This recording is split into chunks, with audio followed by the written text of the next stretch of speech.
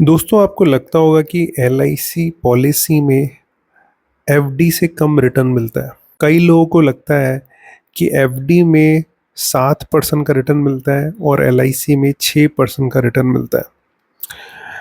तो इसी बारे में आपको बताना चाहूँगा। तो देखिए, पहली बात तो ये हुई कि ऐसा तो कुछ भी नहीं है कि एफडी में 7% का मिलता है और एलआईसी में 6% का मिलता है, क्योंकि बहुत सारी चीज़ों पे डिपेंड करता है। बैंक की एफडी की rates time to time change होती रहती है। और रही बात एलआईसी की, तो एलआईसी में आपको इंटरेस्ट नहीं मिलता है, बोनस मिलता है, और वो भी डिपेंड करता है बहुत सारी चीज़ों पे। साथ ही साथ आपको इंश्योरेंस भी मिलता है। लेकिन अब ठीक है, जो लोगों के दिमाग में चलता है उसी को लेके बात कर लेते हैं। तो लोग सोचते हैं कि एफडी में 7% मिलता है और एलआईसी में 6% मिलता है, तो 1% कम मिलता है, ऐसा सोचते हैं लोग एलआईसी में कंपेयर टू एफडी।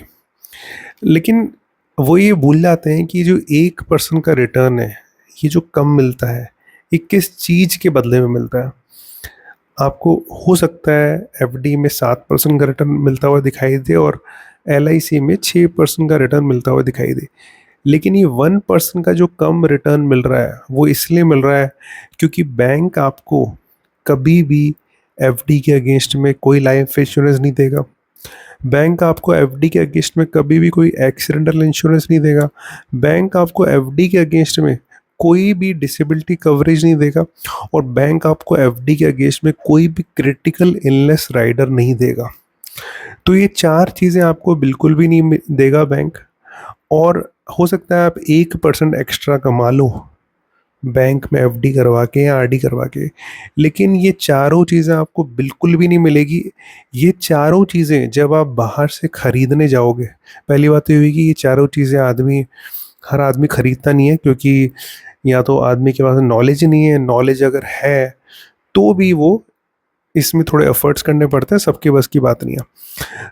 चलो ठीक है, आप एफर्ट्स करोगे भी, आप दिमाग लगाओगे भी, चारों चीज़ें आप जब अलग से लेने जाओगे तो आपको एक तो धक्के खाने पड़ेंगे और साथ ही साथ पैसे भी तो खर्च होते हैं। फ्री में थोड़ी मिलेगी आपको सारी चीज़ें। तो मोटा मोटा आपका जितना पैसा यहाँ पे एक्स्ट्रा कमाओगे ना आप एफडी से 1%, वो पैसा आपका इन चारों चीज़ों को अलग से खरीदने में लग जाएगा। तो कुछ ज़्यादा बचेगा नहीं आपके पास। उल्टा आपके पास 4-5 प्रोडक्ट आप लेके बैठोगे और उसके बाद आपको उन सबको मैनेज करना है। फिर भी अगर आपको ऐसा लगता है कि आपको ये सही लगता है तो आप कर सकते हैं। मैं तो आपको ये जानकारी के लिए वीडियो बना रहा हूँ।